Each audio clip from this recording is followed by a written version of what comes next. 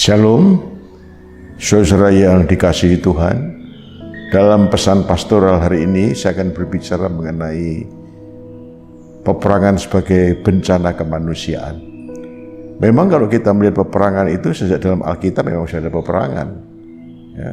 Dan Tuhan mengendai peperangan itu. Contohnya ketika Israel memasuki tanah perjanjian, itu tidak pernah lepas dari peperangan. Atau ketika bangsa itu berada di tanah perjanjian, ketika raja-raja memerintah, itu juga peperangan terjadi, ya, sepanjang perjalanan bangsa itu. Tetapi hari ini saya akan berbicara tentang peperangan yang lain sebagai satu bencana kemanusiaan.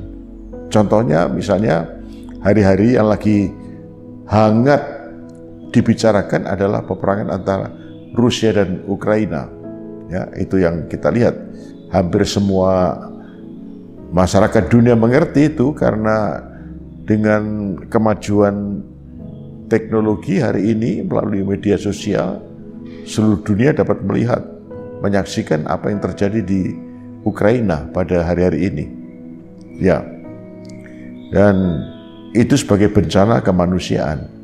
Dan saya tidak memihak yang benar itu Rusia atau Ukraina, ya, karena masing-masing punya alasan, ya, alasan mengapa Rusia menyerang, mengapa Ukraina atau Ukraina itu melawan, ya, masing-masing punya alasan dan saya tidak bisa berpihak pada salah satu negara itu, ya, salah satu bangsa itu.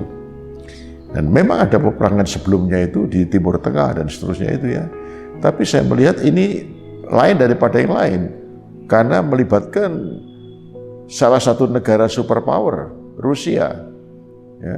Dan rupa-rupanya ini sudah berkembang begitu rupa, ada keberpihakan dari berbagai negara, Amerika dan negara-negara Eropa yang tergabung pada NATO, Fakta Pertahanan Atlantik Utara, itu berpihak pada Ukraina, ya. Nah, itu yang kita lihat. Lalu kemudian Rusia ada yang di belakang itu, ada China, ada beberapa negara yang lain. Nah, ini sudah melibatkan itu. Memang salah satu alasan mengapa NATO dalam pengertian negara-negara yang tergabung pada NATO, Fakta Pertahanan Atlantik Utara tidak segera menyerang, ya.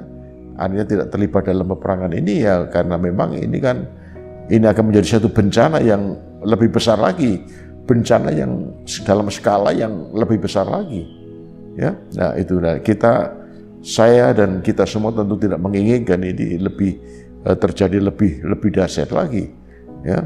Ya, memang kita tidak punya kontribusi, kita tidak punya akses untuk melalui jalur yang dapat atau akses jalur yang dapat menyampaikan aspirasi kita, baik di pihak Rusia atau di pihak Ukraina, ya. Nah, kita tidak punya jalur itu. Namun kita bersyukur bahwa kita punya jalur yang lain yang saya kira lebih hebat lagi. Kita memiliki jalur kepada kerajaan Allah, jalur kepada Tuhan, ya, pencipta alam semesta, raja di atas segala raja.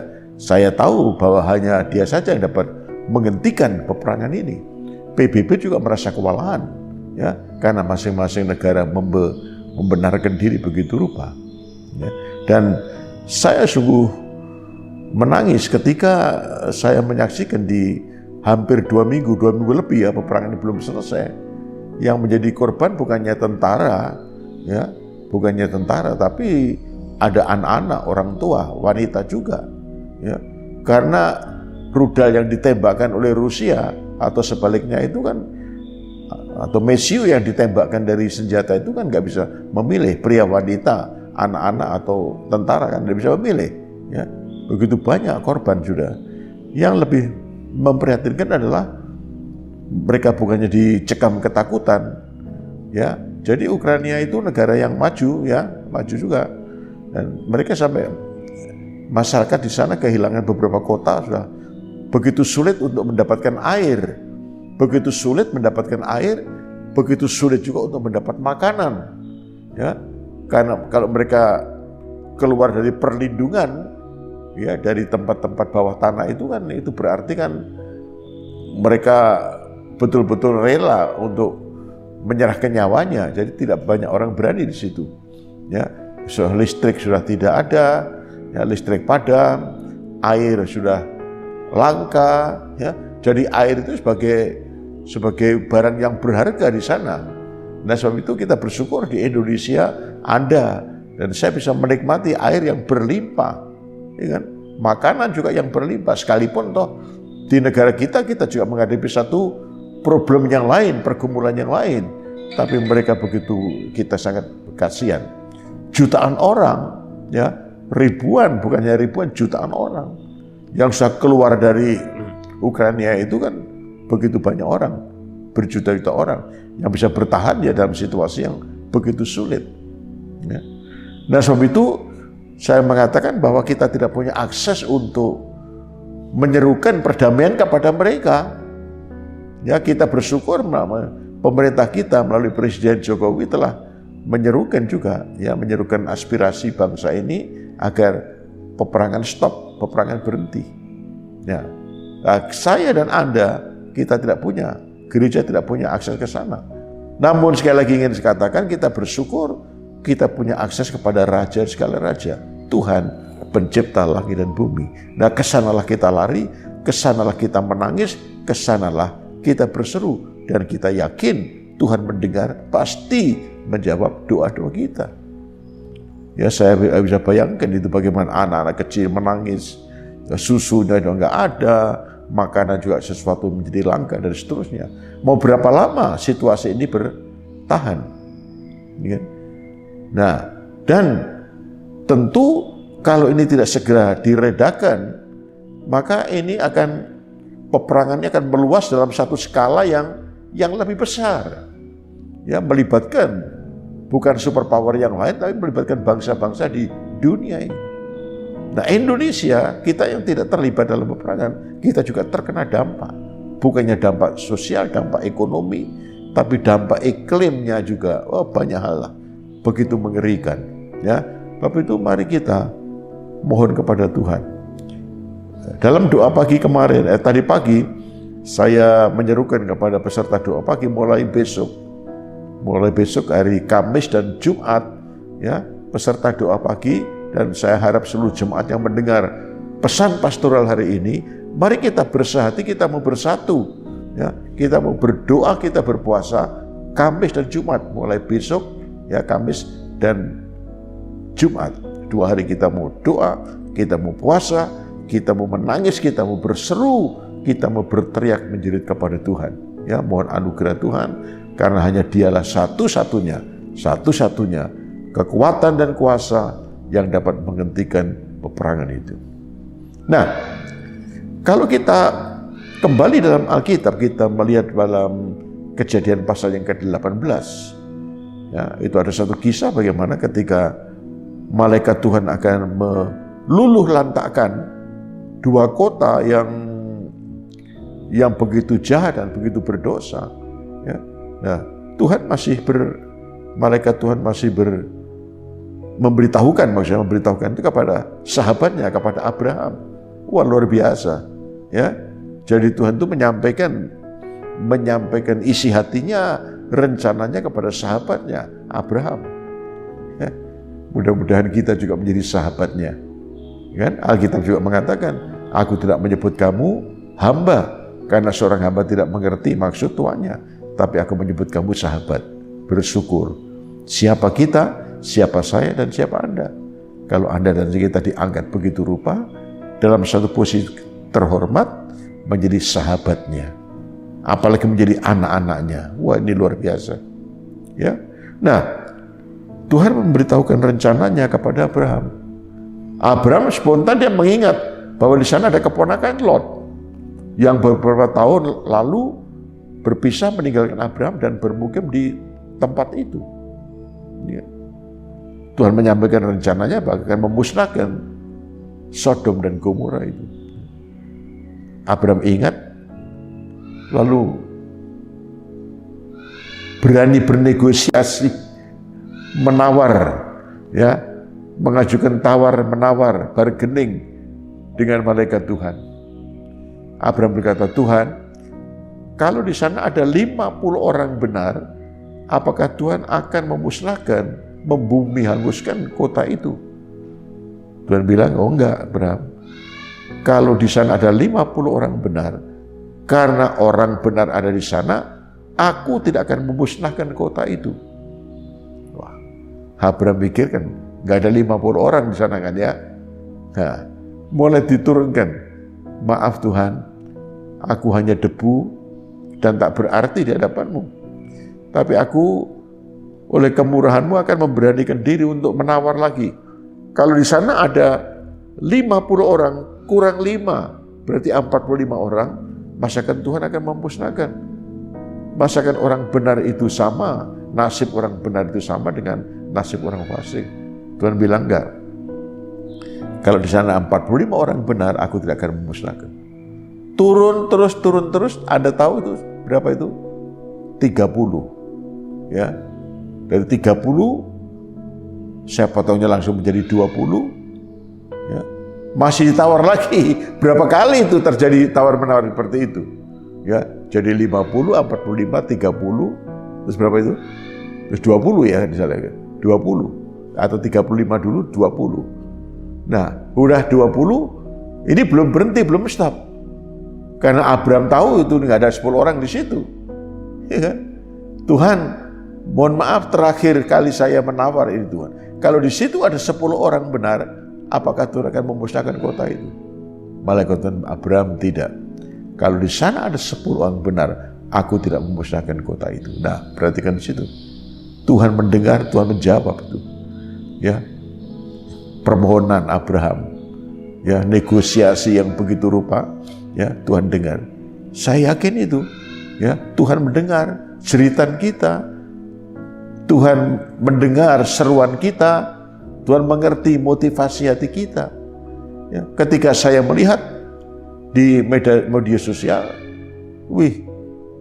begitu banyak orang menderita. Tadi saya bilang kan, listriknya mati, padam, ya kan?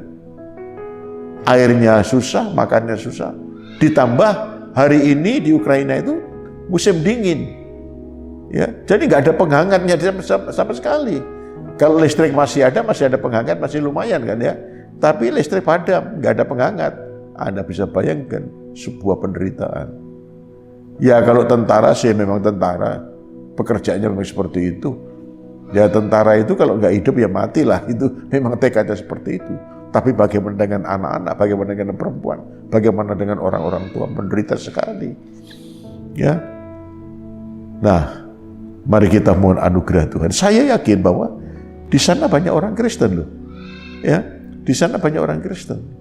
Ya. Tapi saya dalam hal ini lepas dari ini Kristen atau tidak Kristen, tapi peperangan ini seperti hari ini terjadi di Ukraina itu merupakan bencana kemanusiaan, bencana yang besar. Sekali lagi, dan kalau ini tidak stop, tidak dicegah, ya ini akan bencana ini akan lebih luas lagi. Bukannya tingkat bukan hanya melibatkan dua kota, dua negara, tapi melibatkan begitu banyak negara di dunia ini. Ya. Dan keyakinan saya adalah memang satu kali perang dunia ketiga akan terjadi. Kapan? Kita tidak tahu. Tapi saya yakin, keyakinan saya adalah, terserah keyakinan Anda, tapi iman saya mengatakan bahwa gereja mengalami pengangkatan lebih dulu, diangkat lebih dulu, baru itu semua boleh terjadi. Ya, karena di kolong langit ini masih begitu banyak orang benar di hadapan Tuhan, orang-orang yang cinta Tuhan, orang-orang yang mau taat kepada firman-Nya. Ya, maka sebelum itu terjadi, mari kita mohon anugerah Tuhan agar Roh Kudus yang mengendalikan alam raya, alam semesta kita ini, Roh Kudus yang mengendalikan hati, keinginan para pemimpin dunia ini, maka Roh Kudus bicara kepada mereka, mengendalikan mereka, sehingga kalau ada terbersit keinginan-keinginan jahat mereka, menggunakan nuklir, karena dua negara sama-sama punya nuklir, Ya, sama-sama punya nuklir. Ya. Ukraina mengatakan kalau kamu menggunakan nuklir, aku juga gunakan nuklir. Nah, ini kan bencana kalau begitu ya. Nah, kiranya Roh Kudus akan menolong, bicara kepada mereka, mengendalikan pemimpin-pemimpin dunia ini sehingga perang ini dapat dicegah. Yang lebih luas, perang sebagai tragedi kemanusiaan, sebagai bencana bagi kemanusiaan, itu dapat dicegah.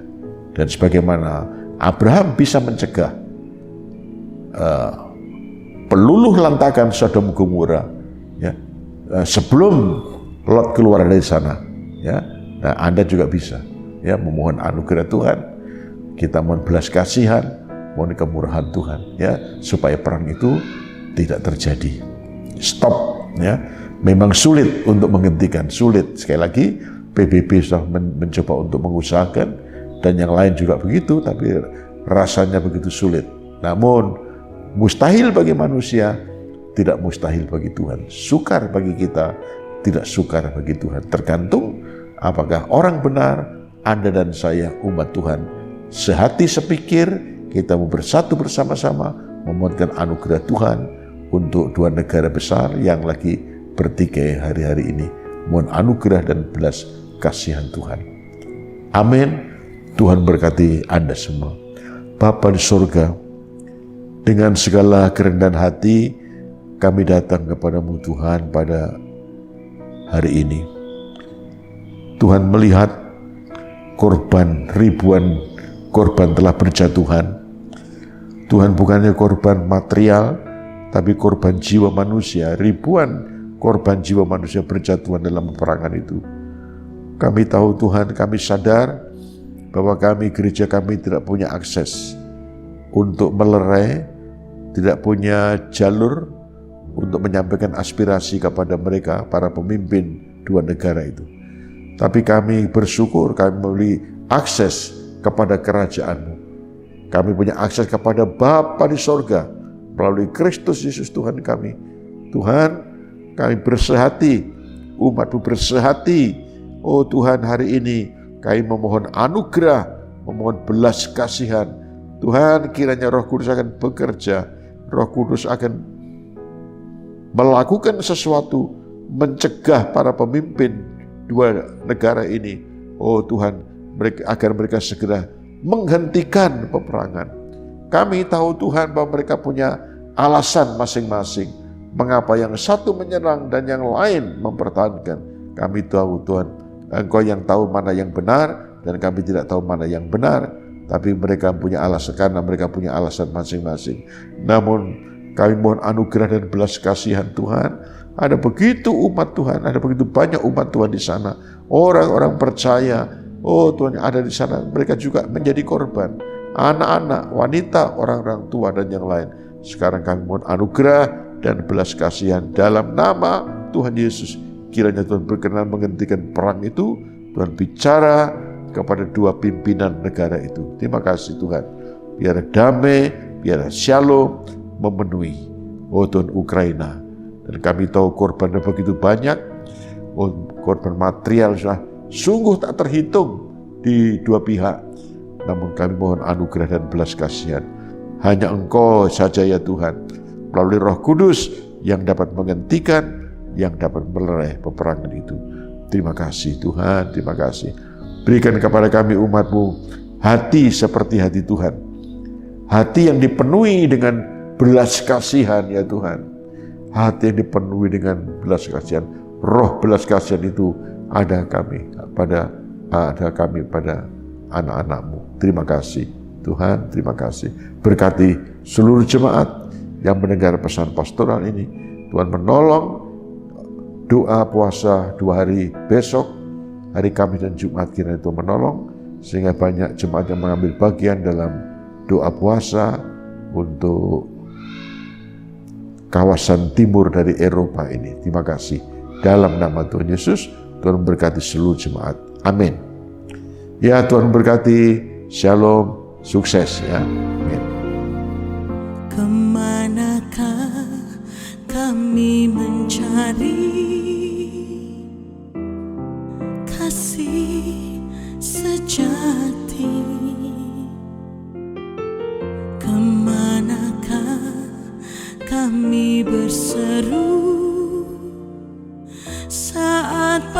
badai datang menderu, yang kami tahu hanya Kau yang mampu pulihkan segala sesuatu. Kami perlukan keajaiban-Mu, kami butuhkan sentuhan tangan-Mu, kami tak dapat jalan sendiri, kami perlu Kau Tuhan.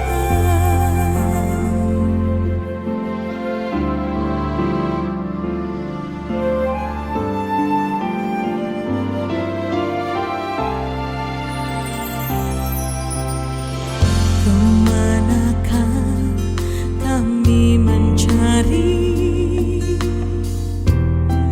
kasih sejati? Kemanakah kami berseru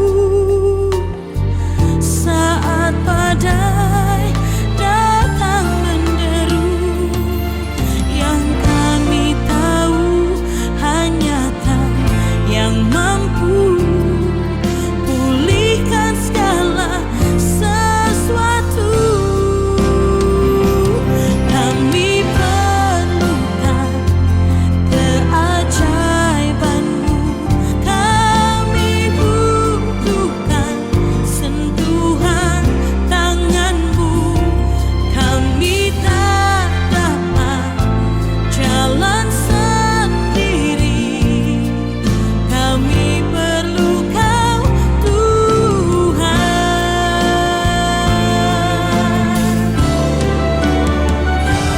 Kami perlukan keajaiban-Mu, kami butuhkan sentuhan tangan-Mu, kami tak dapat jalan sendiri, kami perlu Kau Tuhan, kami perlu Kau Tuhan, kami perlu Kau Tuhan.